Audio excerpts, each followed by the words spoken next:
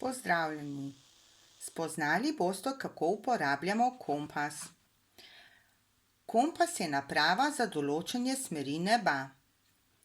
Vsak kompas ima podstavek, vrtljivo vetrovnico, na kateri so označene strani neba v angleščini, magnetno iglo, katera je obarvana rdeče in črno.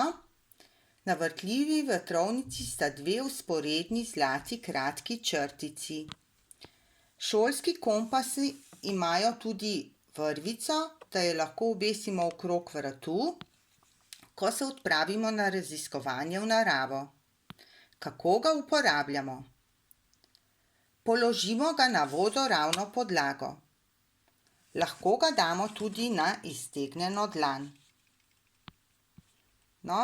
Mi bomo ga uporabljali tako, da ga položim na vodoravno podlago.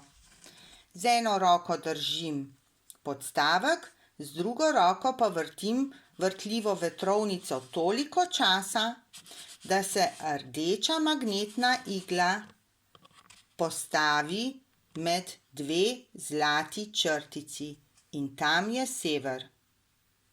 Zadaj je jug, vzhod, zahod. Če pokažem še takole, da bo bolj vidno, se pravi sever. Ni najbolj natančno, ker tokrat kompas ne leži na vodoravni podlagi.